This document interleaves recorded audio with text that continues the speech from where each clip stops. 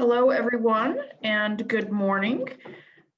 Happy to have you here for first ever virtual Big Mountain Data and Dev.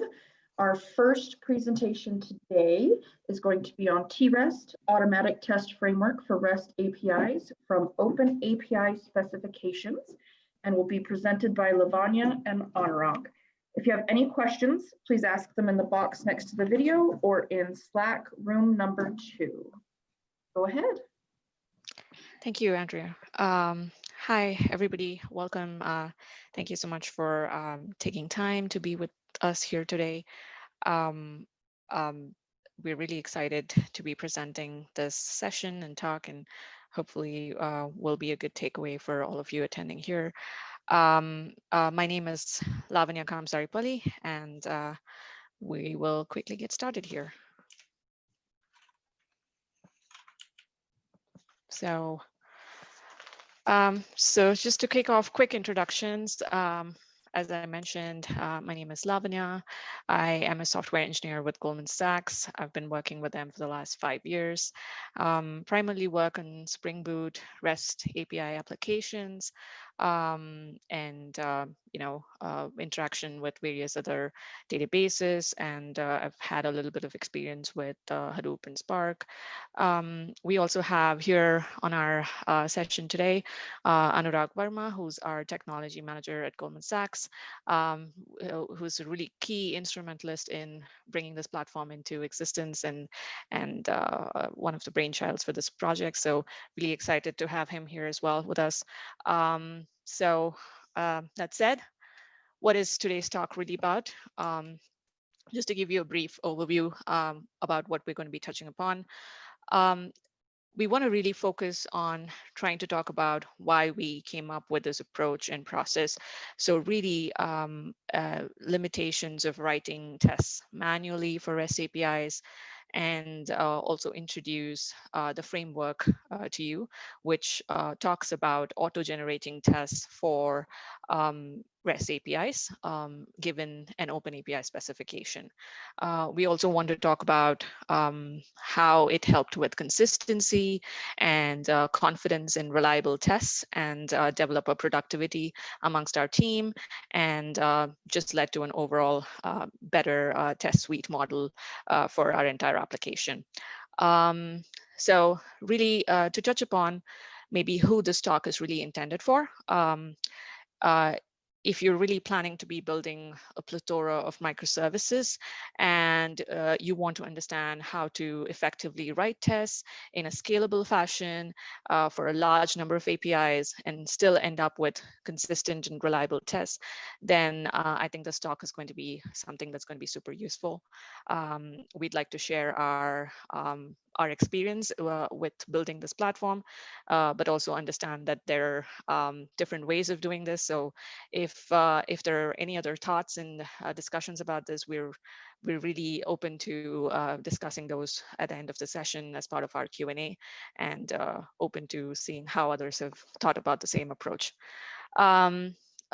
Just a quick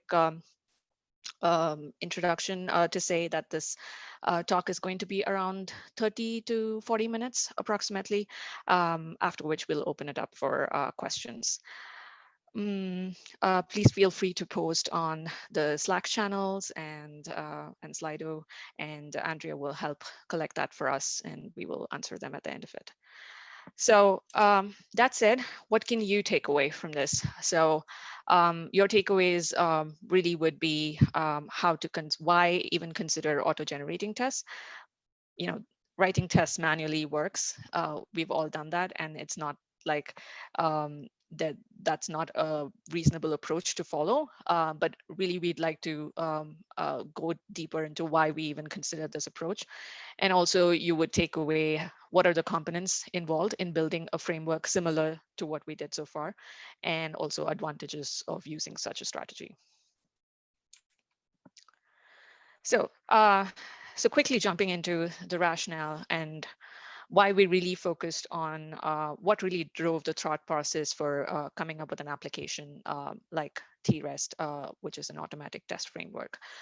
So invariably, the most common types of tests or the most common developer mindset when it comes to writing tests is the first thing that we think about writing is I want to write unit tests to test each individual component of my code, and also write integration tests, which kind of talk about maybe mocking data responses for all of your external data services that you're going to be interacting with, and get those responses, focus on the different business scenarios that you want to cover as part of that testing, and write those as the secondary step. So these are, at least I'd like to believe, are bare minimums that we all start off with whenever we come up with a new REST API or a REST endpoint service. Now, this is great, and this is something that we are not discounting the fact that this is extremely important and crucial and has to be written. But beyond this, we also want to test our systems for true vulnerabilities when it comes to security, performance, various loads. So when we start talking about these two topics, there are various flavors and combinations that come into our mind. So those two are going to be some of our main focuses while we talk about how we developed this framework. That said, it's not really necessary that those are the only kinds of tests that this framework should offer or will offer. You could onboard new kinds of tests given if you have another scenario that you want to think about. So, so that's it. Yeah. So why do you think evil? Every time, whenever you want to develop an API, do you always consider the true vulnerabilities that your application might have? How do you ensure that you're writing all those tests before you actually do your release? So how comfortable are you to push out a release if, say, for example, you've written security tests, but you're not fully sure that you've written the full suite? Um, uh, uh, how comfortable are you to go up to your business users and stakeholders and really say that I will not deploy or not push this code because I still want to spend some more time writing security tests? It's personally, I know it's a hard discussion to have, and also um, it can end up in some of these tests taking backseat. We do write tests. We always, whenever you're in crunch mode, you mainly focus on your unit tests, integration tests, and you think about, hey, let me maybe push this out next sprint. I'm going to push this. It's going to be really quick, and we're going to send that out. It happens. I'm not saying it happens always, but it's something that that we've all gone through at some point or the other. So I think that was those are some of the key scenarios where we'd really think about how can we make this easier on our developers, and at the same time ensure that our application is secure, has all the kinds of test cases, can give us the confidence that tomorrow when somebody else is trying to push code, they can quickly come up with similar kinds of security tests in a consistent and reliable way. And also about every developer in your team being able to write them. Sometimes you have that skill set gap. Not everybody knows the right way to write security and performance tests. So there's that aspect to it as well. So all of these together kind of led the question to arise about how can we do this better, and how can we solve this problem in a uniform way. So that led us to, first thing, whenever you have an idea like this, you'd like to think about what's out there, what's really different. So started looking at the prior art that's already out there. And we found this paper, which was written sometime in 2018, which spoke about automatic generation of test cases using OpenAPI specification. So our framework is heavily based on the architecture that this paper was portraying, and really led to a tremendous idea, to be born for us to actually start implementing a use case like this. So what this paper really spoke about was you get invariably when you have REST APIs, you've always almost onboarded onto Swagger. You have Swagger endpoints or Swagger connections for all of your REST APIs. So getting the OpenAPI specification from Swagger is a pretty easy and quick way to get a clear definition of your REST API. So the paper really relies on using the OpenAPI specification to come up with a test suite model. So the architecture looks somewhat like this, right? So I'm going to maybe just start a pointer here. So we're talking about getting the JSON OpenAPI specific definition. So if you've not done this before, it's basically just going on to Swagger and getting the /API docs path for a REST endpoint, which would really give you a quick JSON specification of your REST API. So that's the key input and the first input that the process really has. So we take this JSON, and the first part of the process is to build this metadata model or the meta model to read the OpenAPI specification. So great, you have a JSON, you have things written out there which says this API produces a JSON, consumes plain text, uses XYZ parameters of data type string or integer. But really, it really falls upon the framework to read that JSON and come up with a logical conclusion about how to really process this information and come up with test cases for these. So this meta model really depends upon is a definition that's written in your code to read the JSON and come up with maybe random generators for all of your parameters and come up with a meta model that you would want to use. The second piece here, which I believe is a really key piece, is building a test suite meta model. So what I mean when I say a test suite meta model is you have maybe 100 different REST APIs, and all of them have different kinds of functionalities that you're trying to offer. You probably don't want to generate all tests for all of them. So there has to be an easy way to come up with, for my endpoint that I'm giving in as the first input, which is the OpenAPI specification, I want to generate maybe a data validation test or a security test, which is purely focused on expired cookies, or a performance test, which only focuses on the number of threads and how many various threads that you can spawn off. So you really have to come up with a test suite meta model, which is really, in my mind, what you can call the kinds of tests that the framework can support. So we today, as part of the framework, currently support various kinds of data validation tests, security tests, authorization, authentication, and performance. Those are the ones that we have covered so far.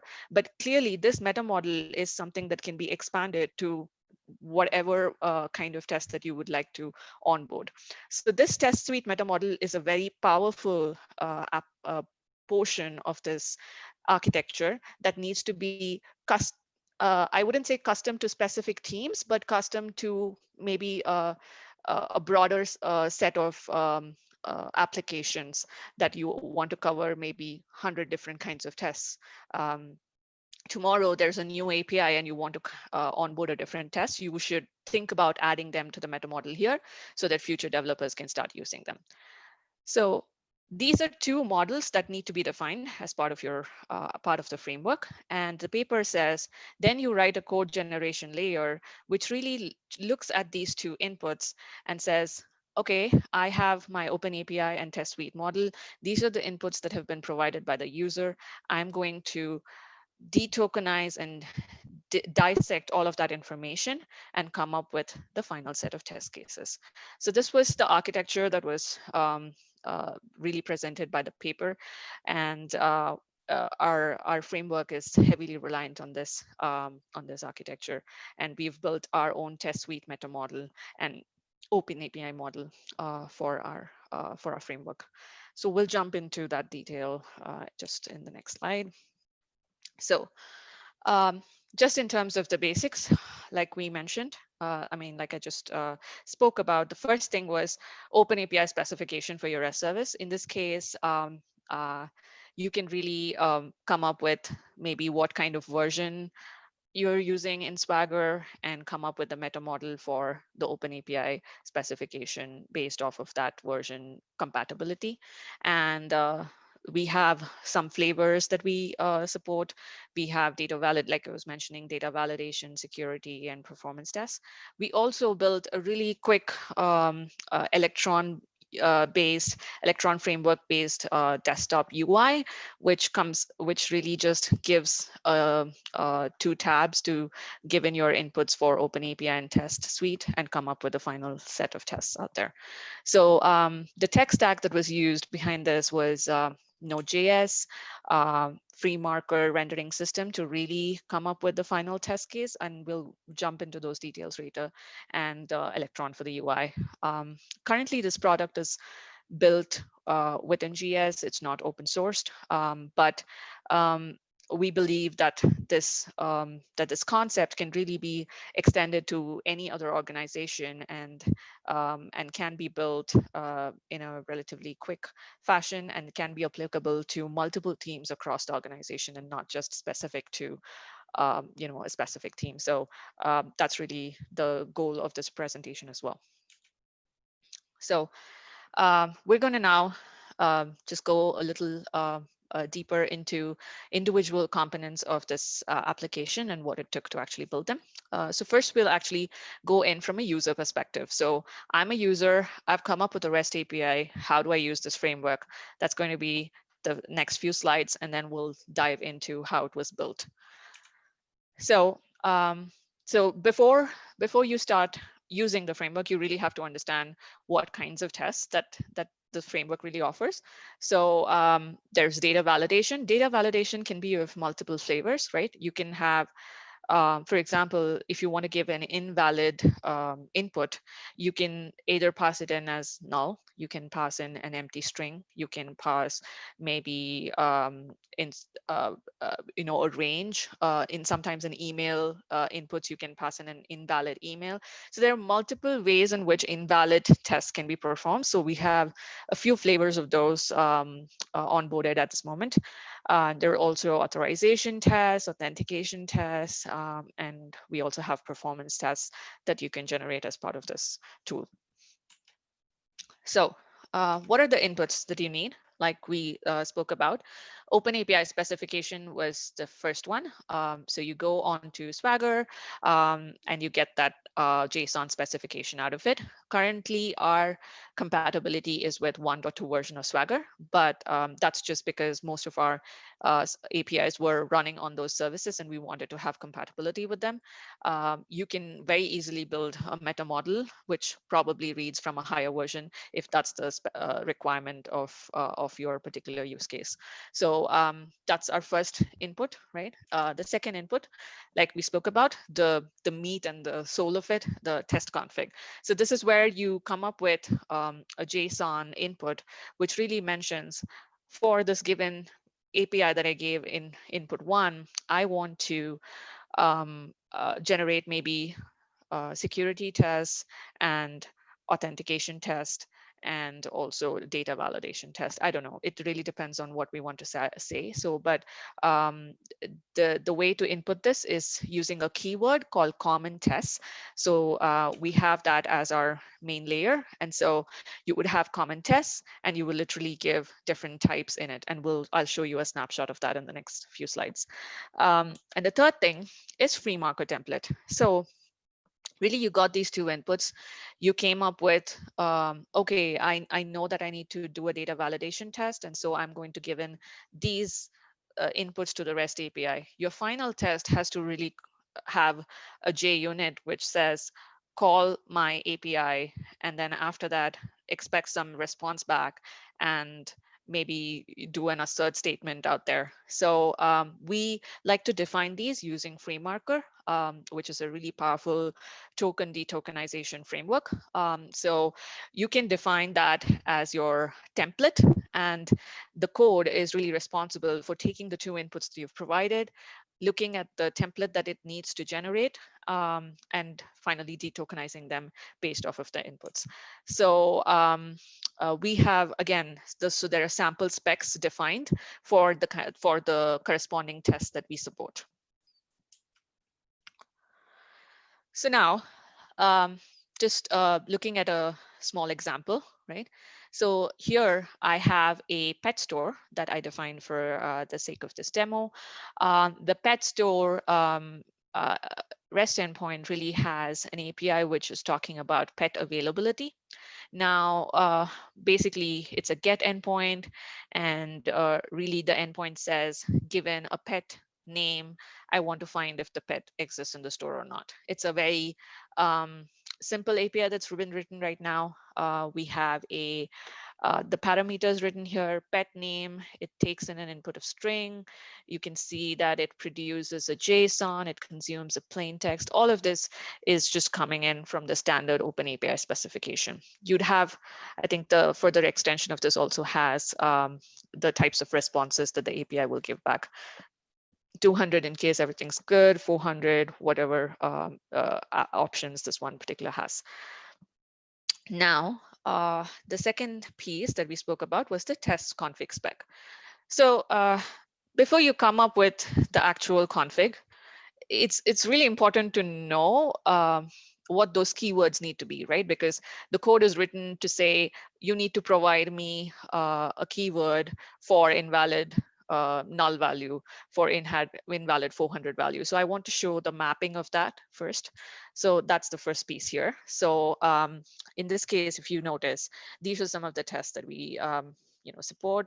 So sorry, my mouse is not working. Yeah, so valid 200, you can give in an unauthorized test that you want to test for. Even in invalid fields, you have a value that you can pass in. Maybe you can pass in a null, empty string, and these are the keywords that we support so far. So really, you have to mention these keywords in the actual test specification that you need to provide as an input. So so now that I know, I say, okay, I want to maybe come up with a security authentication test and also an invalid field null test. That could be one of the examples. So, so let's look at how the JSON really looks like here. So this is common test, like I mentioned, that's an array, and you can provide a list of tests that you can provide as an input. So here in this case, I used this keyword security authentication here. I wanted it in this file, so I gave a output path. You can provide a cookie value and say this is an expired cookie, so technically this test should just fail and give you a 400 response back. So this is a sample of how you could provide tests. There is, you have different types. So you just mentioned type and you mentioned the actual keyword, and then you can give the status codes that you should expect as responses. There's also something called custom, and in custom you can mention maybe more details of exactly what you'd like to test and the test template that has to be used. So this is a little more complicated. Usually we like to rely on using common tests, and whenever you have a new test framework, add it to this test suite and come up with a standardized way to do it. But we do offer a custom model as well. Now this is the freemarker template. So like I mentioned, at the end of it, you want to generate a test case. And for most of these REST APIs, which are Java based, you want to have a JUnit that comes out at the end of it. So you have this particular file, which is a freemarker FTL file that's written. And it really gets a lot of these as input parameters from the code. So this is the final template that gets de-tokenized. So based off of if condition, so it says, okay, I gave an input for invalid value test. So I need to substitute the test name and what kind of status codes were passed in. If you remember in the earlier slide, we passed in maybe 400 over here in the status codes, right? So that would show here. So you would look at that as a response in this if condition, and it's going to really it's just a simple line which says creates an array and asserts if the status codes were within that response or not. So as a developer, in most cases, if you already know that you are going to use an existing template, then this is really something that's just more of extra information, but you don't really need to know how the template looks like as long as the output gives you the result that you expect it to be.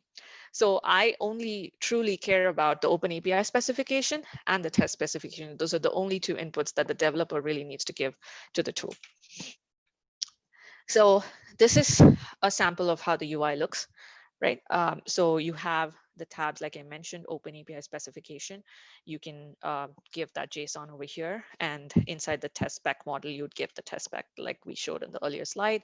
And this generate button would then generate the test and paste it in this output here. It also writes to a file on your file system, which you can then copy and put it into whichever products build that you want to use it, because this tool or framework is going to be outside of your actual application. So you can add it to your source code wherever it is.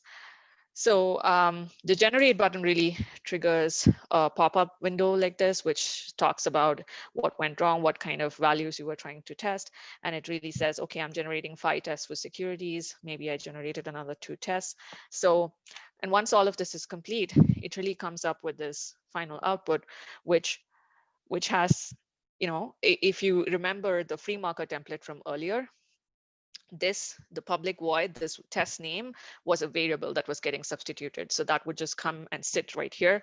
And like I highlighted this line earlier, it had this arrays.list, and it just substituted the 400 from the input that we provided out there, and it had the assert statement. In this case, it's trying to call the pet availability endpoint with an undefined name. So basically it would search for undefined in the pet store. It should return a 400, and that's really the assert statement over here. So this is really how the application works from a user perspective. Now let's jump in to how does it work under the hood. What components did we have to write, and maybe go into some of those details. So the first thing is you have a main big surprise, but yeah, you have a main function which really takes in all of your inputs and does some basic validations and checks. So you would perform validations on empty parameters, Swagger version, what compatibility you need to look for, and once all of those are clear, then you would really call your JUnit generator. So the JUnit generator is actually the core piece meat of it. So what it really has is it generates all of your requests from your inputs from OpenAPI specification and says, okay, I have a string input for pet name, and I need to come up with random values for that particular input. So there are random generator methods that we have written for different kinds of data types. I think we've written them for number. We have, if it's an array input, then how would you handle that? And then after that, string, float, some of these things. So we have random generator methods that's actually written out there. So the JUnit generator takes in the 2 inputs, really looks at them and says, okay, I know for this API, I need to generate a string random value and assign it to this particular test. And so it comes up with all of those permutations and combinations of values that you can substitute to your test template. And once all of that is complete, it calls the De-Tokenizer and says, hey, I have all of the values ready. Let's go and try to create the actual JUnit. So then comes template De-Tokenizer. freemarker is really amazing in terms of de-tokenization. So really, once you define an FTL file and you give all the variables out there, it would just substitute all of that and come up with the final output. So basically, it knows what template it needs to come up with, because you gave the test specification and said, I want to generate security test. The security test is linked to a test framework that's a template that's it is linked to a test template that basically you can get as a key value pair literally and say invalid test, the FTL file is so and so, take that particular file and substitute all of the values for your test case. So basically the JUnit knows what template to look at and what values to provide it. So again, that logic is also written inside the JUnit generator. And then finally, you call the freemarker renderer process, which will then substitute all of the values. And it also, we have an extra line which basically says go and write to this location, and then you can take it from there if you want it in a file based. Otherwise, you can look at it in the UI and copy it from there as well. So this is how the main script looks like, right? It's a function with run T-ResT. It has all of these Swagger versions and compatibilities, and then it basically starts the test generation process. As you see, the JUnit Generator really takes in a test spec, an OpenAPI specification, and really has some source directories that you want to put all of these files into, and then generates the Java sources. This generate Java sources will then have random generators, literally a switch condition, which will say if the test type is invalid 400 value, your template needs to be secure data validation FTL, and you need to give XYZ parameters as values to it. So there's a switch condition inside that, which will literally just take the input and then substitute it with the values. So in future, if you need to add a new test, you would just add it to that switch case, that file, which literally just looks at different templates, and add a new template and a new key that you need to look for. And then tomorrow, other developers can use that new test type as well. So the template De-Tokenizer really calls this freemarker renderer, which basically takes all of the values and then finally writes it to the output location. If you look at this, this is what I was talking about, the template path. It's really telling you, maybe there's a base template that you want to look at. In a lot of our cases, we've written some common code that is really applicable to all tests in a base template version, FTL file. So literally, this is first called, and then it will fork off to individual test from this file. So in your code, it's pretty clean because you can just start from here, and then you can rely on freemarker to fork it off to corresponding files after that. So so we look at this template, and it basically de-tokenizes all of those values for you. Similarly, I want to next touch upon how you can have a similar template for performance tests, right? So if you look at this, very similar to the other template that I just showed you, but it just has different parameters that's getting set. You can have number of threads that you can fork and spawn off, set as part of this thing called performance test config, and that would then use JMeter to actually parallelize all of your calls. You can get average peak responses, maybe make some, establish some, paths and how your code is actually functioning. You can establish that that layer and come up with analysis based off of these performance tests as well.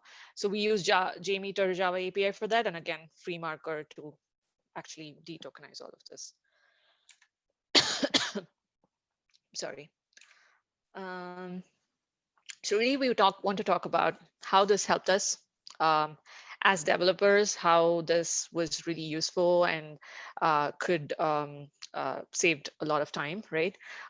So the first thing was that instead of everybody having to write your own tests, you could really rely upon having a template and a format and a way to actually determine how to generate these tests.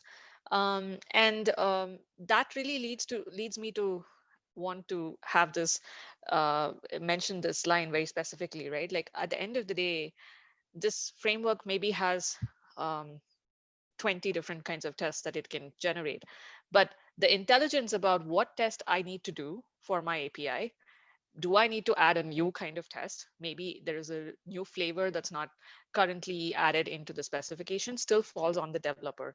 That framework is meant to ease the pain of writing the test, but I do not want to discount the fact that you should still have a very solid understanding of what kind of tests you need to create for your API. So But once you have that information, it's really easy to go in there very quickly, look at what existing tests are there. Maybe you want to onboard a new test. Like I mentioned, it's a switch condition where you just add the new template and the new inputs that you need to give in, and really onboard that for future developers as well. And this really, this platform took about 2 months to build, and right from concept to release. And we have about 122 suites, test suites that were written so far. When I talk about suites, I say within security tests, maybe we have 10 different suites. So you have individual JUnits. So the total number of JUnits that final suite came up with is about 1,442. So if you think about how long it would take to write so many tests, given an approximate of 2 hours for each test suite, it takes about 244 hours to have written all of those tests. And we have assigned maybe 10 minutes to actually generate these tests. Like I showed you, it was a really just copy paste and generate click button. So with that, it only took us about 10 hours. So if you look at this, it's a huge drop of number of hours that we had to spend from 242 without the T-ResT module to about just 10 hours to come up with this entire framework. So, yeah, those are the main topics that I wanted to discuss. Very quickly, I want to show you how the UI looks like here as well. This is I just brought it up in my machine at this moment. You can mention the OpenAPI specification here, test spec, and really quickly run it. We can try to run it for the same thing that we just discussed. So here's the OpenAPI specification, right? So I just gave in all of this information. And oh, sorry, I gave it in the wrong tab. There you go. Next, and this is the test spec. So in this case, I'm just looking for invalid 400 value. So pass in an invalid value to the input. It's a relatively smaller test that I've provided. And I'm just going to save this. And you just click on generate here. As you can see, it quickly generated one test for me, right? And I can minimize this and look at the output here. And there you go. You have this response where you're trying to get the URL and then get the pet availability for an undefined value with 400 and then assert this. So you can literally just copy it from here, but it's also available as a file in my source code as well. Yeah, so that was most of my prepared content for this talk. So I'd really like to open it up to any questions. Anybody has any thoughts about how this can be improved, changed, maybe what you've done on your end to ease some of the pain of developers? Really open to any thoughts here. Thank you.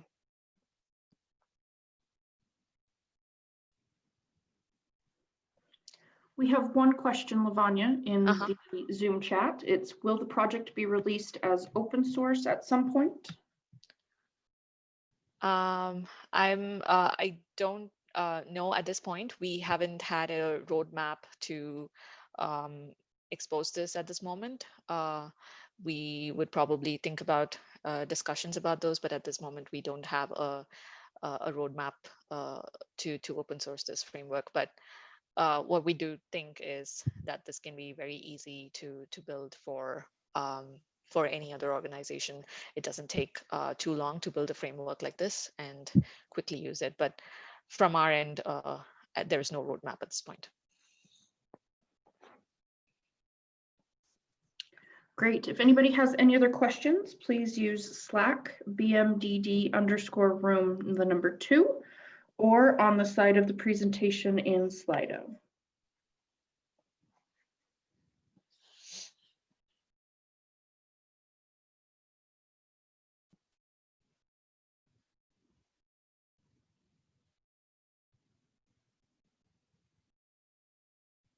Okay, we have a question from Ryan.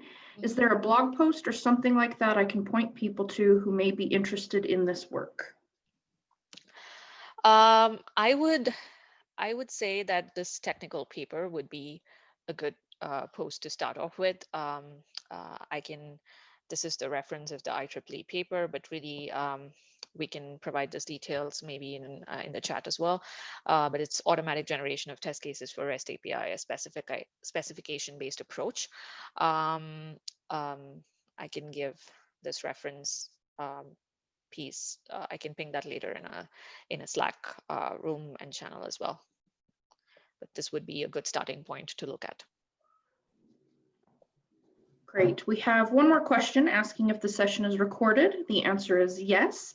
It will be available at the end of the day in Loudswarm and next week on YouTube. Let's see, one more. If not, would you be willing to collaborate in the creation of a similar open source project? Sounds really interesting. I think I'd like to, we're always open to looking at different ways of solving these problems. So would be great to hear different thoughts as well.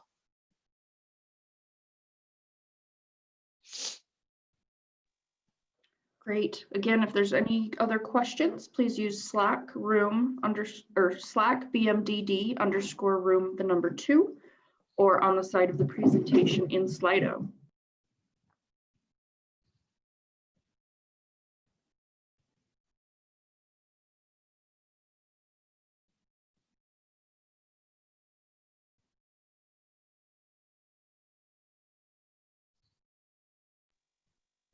Okay, doesn't look like there's any further questions. If you do, after this, please use the Slack room. Otherwise, enjoy the rest of your day with Big Mountain. Thank you so much, all of you, for joining us here today, and hope to see you around in the hallways. Thank you.